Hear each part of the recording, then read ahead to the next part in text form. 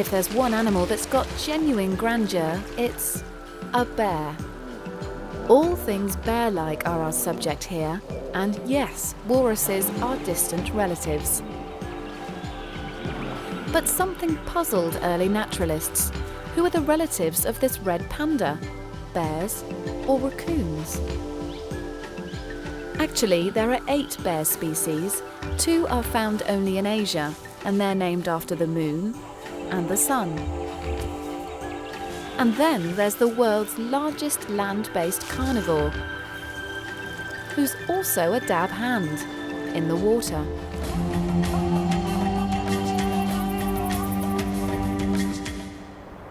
Everybody loves them, but what makes a bear a bear? Well, they're furry, warm-blooded, have paws with claws, and an incredible sense of smell. In Alaska, one of these legendary predators has just woken up, and it's hungry.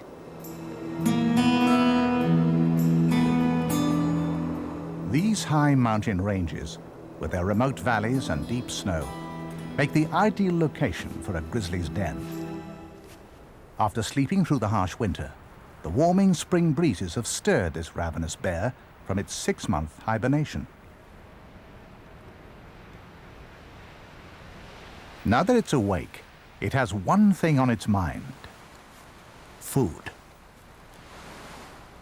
Over the winter, bears lose up to 1/4 of their body weight, and now they have just a few summer months to put it all back on. They nibble on a spring starter of roots.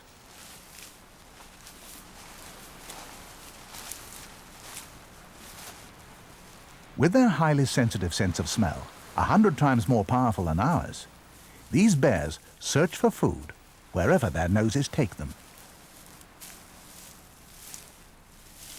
The newly budded hillside plants are at first nourishing enough, but like humans, bears are omnivores, and after a few months of vegetarianism, they start craving food with a higher fat content.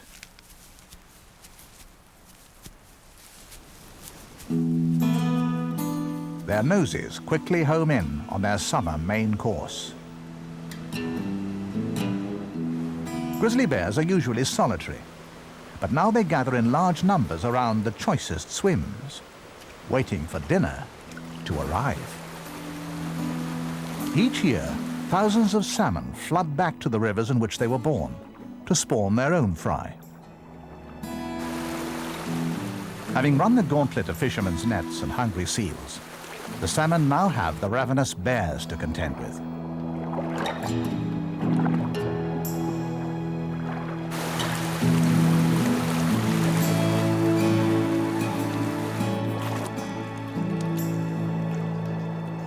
This is a battle of instincts.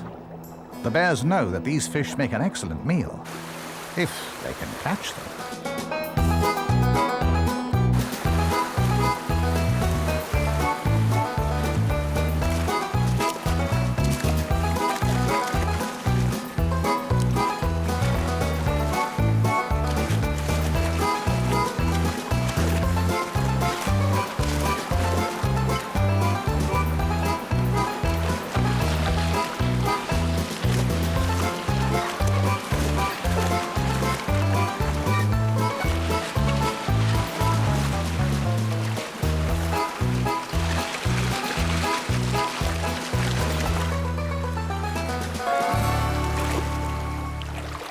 The grizzlies have around 2 months to fill their stomachs with as many salmon as they can get their paws on.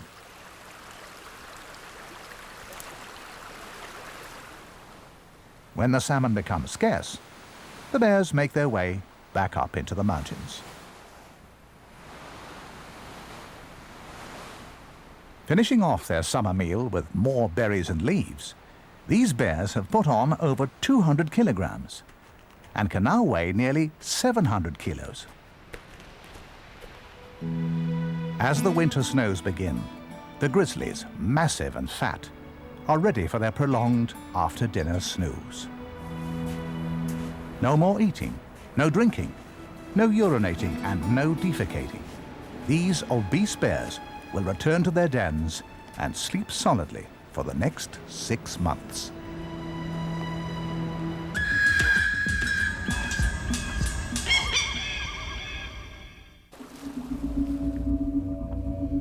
What's a walrus doing in a program about bears? A good question. To find out, we need to step back 38 million years to the end of the Eocene period of geological time. Back then, bear dogs roamed the forests of subtropical Eurasia. These fearsome hunters were half bear and half dog. But they were about to evolve into something quite different. A new opportunity would soon burst onto the evolutionary scene.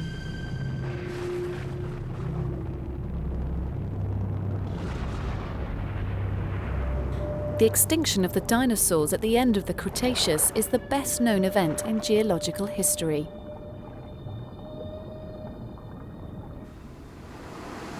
Once the sea-dwelling dinosaurs died out, the rich feeding grounds of the oceans were ripe for exploitation, an opportunity for new predators to dive in. It's easy to imagine that bear dogs, living along the coast, would begin to forage into the sea for food.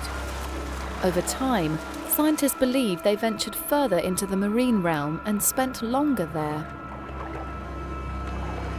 Eventually, unlikely as it may seem, bear dogs gave rise to the great granddaddy of the seal world, the walrus. Its landlubber origins are betrayed by the fact that, like all seals, it comes to the surface to breathe. The limbs of the bear dog ancestor evolved into flippers. These can propel the walrus through the water at over 30 kilometers an hour.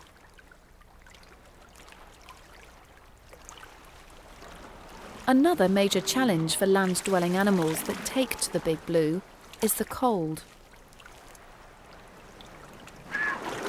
Heat loss is 27 times faster in water than in air.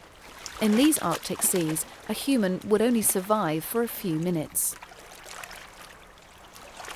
But with a layer of blubber up to 10 centimetres thick, the walrus spends 2/3 of its life in the sea, without a shiver.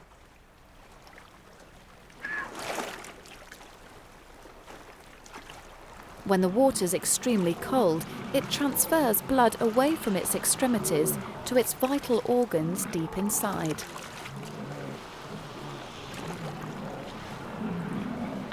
With so little blood in its skin, it looks almost ghostly white when it comes ashore. But after a spot of lolling in the sun, the walruses are restored to a ruddy pink. And pretty soon they will look like a row of portly Englishmen who've been sitting too long in the midday sun.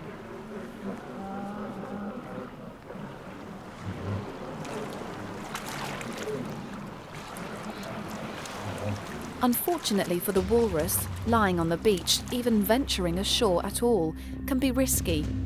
On Wrangel Island in the Arctic, their distant cousins, the polar bears, are on the prowl. Few animals could tackle a walrus weighing a ton with metre-long tusks, all that blubber and skin 4 centimetres thick. But the polar bear is up for anything. This polar bear tests the walruses one after the other, jumping onto their backs to find the weakest.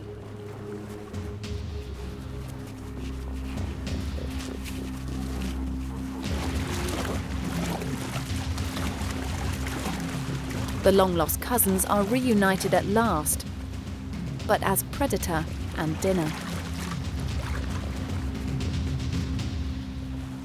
The polar bear spares no thought for any distant family connections and tucks in. An unlucky day for someone. But there are still plenty of sea bears left to hang out on the beach.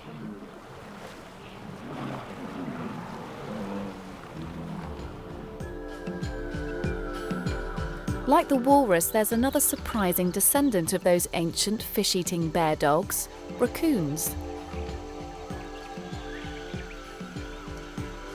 But the furthest they venture into the water is to forage for crayfish.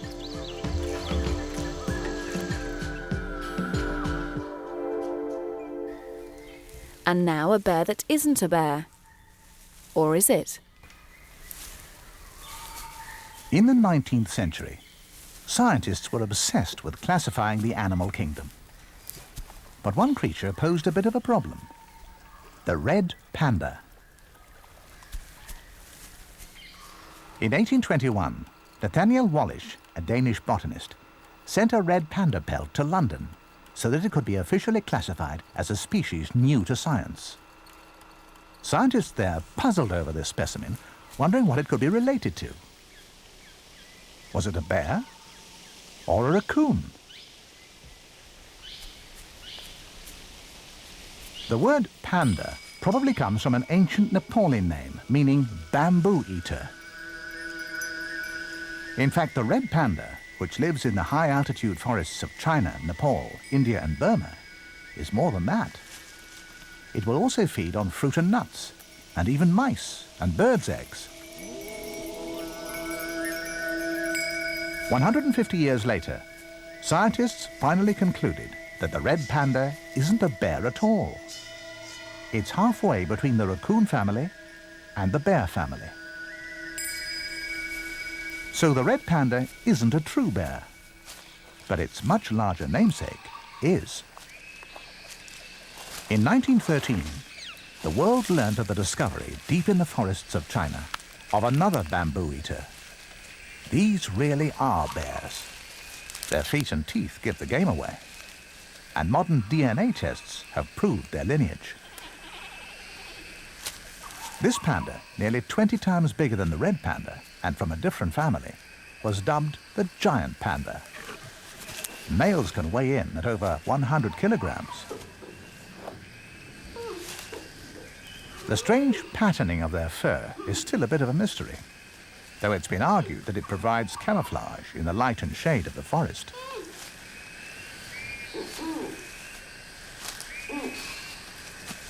"99% of their diet is bamboo, but the panda's digestive system is strangely ill-designed for digesting the tough plant material, so 4/5 of it passes straight through. This means that to get enough energy from the bamboo, the giant panda has to spend 10 to 16 hours every day just eating.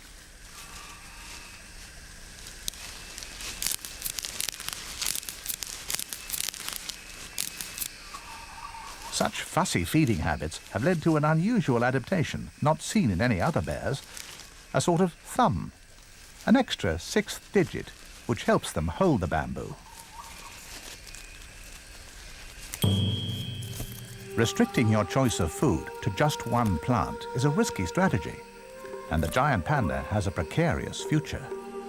With only 1,000 left in the wild, they could be eating their way to extinction.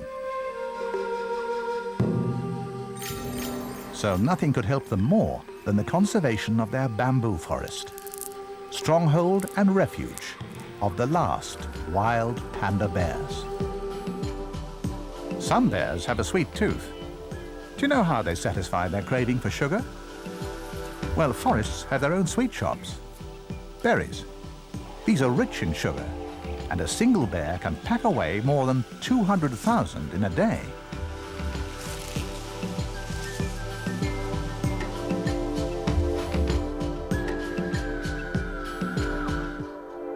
Stalking through Russia, Alaska, Canada and Greenland is a bear perfectly adapted for survival in the coldest places on Earth.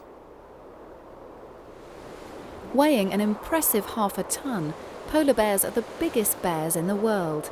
It's the middle of winter, 0 degrees on a good day, -60 on a bad one.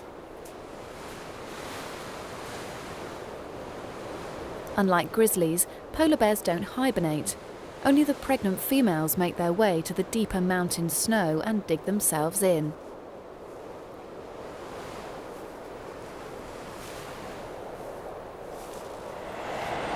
And it's here, tucked under a protective blanket of snow, that they give birth to their young. Only when the first rays of sunshine warm the outer layers of the den will the mother emerge, with her litter of cubs. After suckling them for 4 months in the den, Mum is happy to be outdoors.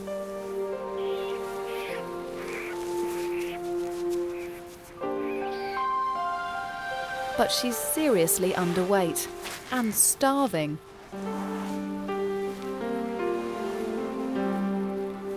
The cubs are too young to venture far, but each day she takes them for walks to get them used to the great outdoors. Something the curious males are already well accustomed to. Now that spring is here, they're on a mission to find the ocean. Frozen for months, it's about to thaw and provide them with a plentiful bounty of seafood. During the winter, nearly 30 centimetres of fat kept the cold out. They've used a lot of that, and they need to top up their insulation. These pools of thawed water are used by resting seals, which makes them a favourite hunting ground for polar bears. With their sensitive noses, they can smell a seal, alive or dead, over 30 kilometres away.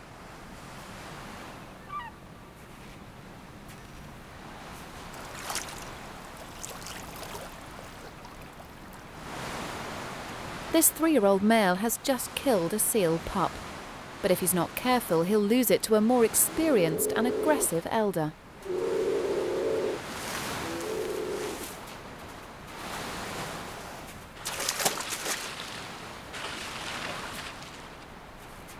Of all bears, only the polar bear lives exclusively on meat.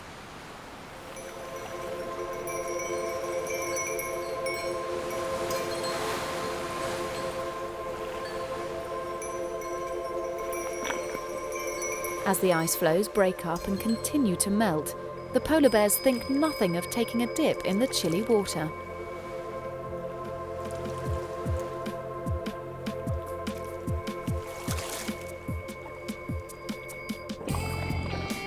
They're excellent swimmers.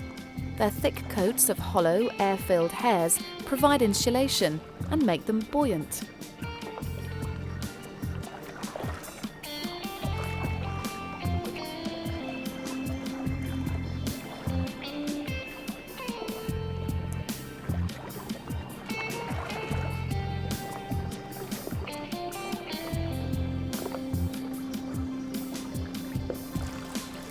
Polar bears have large, hairy feet.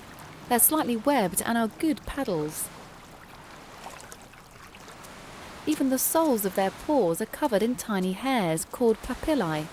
Once on land, their big feet act like snowshoes, stopping them slipping on the ice or sinking into deep snow.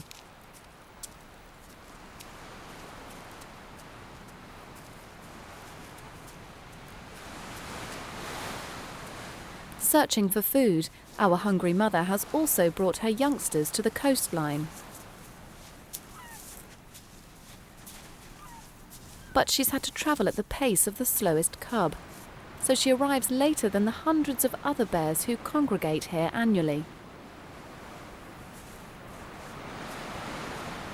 Having spent the whole winter alone, this is their only sociable time of year, and many of the males practice their fighting skills.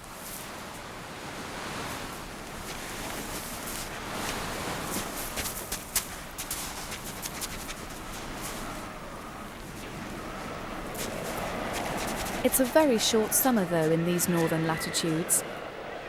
In a few weeks the females will head back into the hills. The males will wander off alone once again, and the seals will breathe a big sigh of relief. Even researchers at NASA, the space agency, are interested in bears. How do they sleep for so long and wake up with little loss of bone mass or muscle tone? If astronauts could do that, maybe they could hibernate to Mars. You might think Southeast Asia is an unusual place to go looking for bears. But in the tropical forests of Thailand, there's not just one species, but, heavens above, two. There's the Asiatic black bear, also known as the moon bear because of the crescent moon on its chest. And the smallest of all bears, the sun bear, its beautiful chest markings resembling the setting sun. Finding them in the forests is tricky. Both bears like to spend much of their time in trees. Unfortunately, being hard to find doesn't mean they're free from human persecution. They're hunted for meat, taken for the pet trade, and killed for use in traditional medicine. But the future for these endangered animals is not all bleak. At the Banglamung Breeding Centre, just south of Bangkok, they've 65 of these magical animals with the moon on their chests.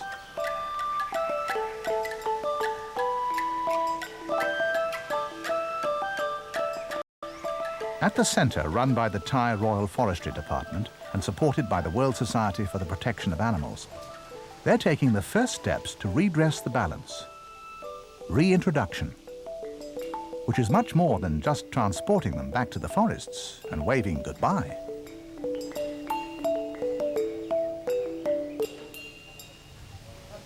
In fact, there are 7 steps to haven.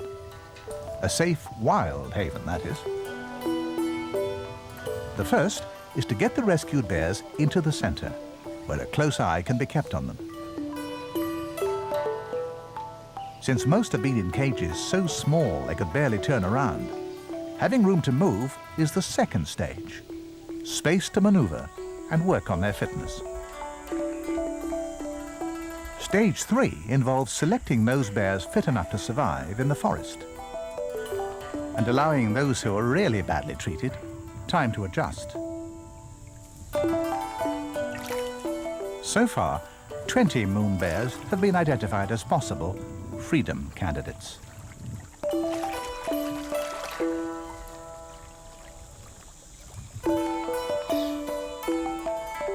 The fourth step is the big room, a huge area in which the pre-release bears get a chance to interact with one another, forage, and generally try out all the things they learnt in stage 2.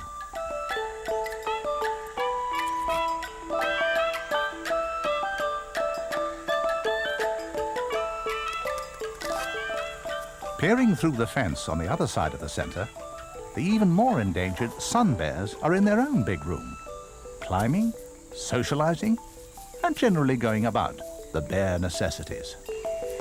There are 30 of them here. They look placid, but they have a reputation for being dangerous, with a tendency to attack without provocation. However, such scare stories can be exaggerated. The sun bears have a vested interest in the goings-on next door, for if all goes well with their moon bear cousins, one day they might also experience the pleasure of being released back into the wild. Stage 5 is in the making.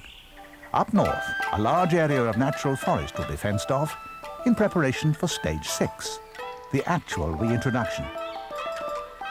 In time, the fence will be taken down and the bears will be free once more, completing the story with stage 7. So what the Thai Forestry Department learn here could well decide whether future generations get to see moon and sun bears roaming their natural home.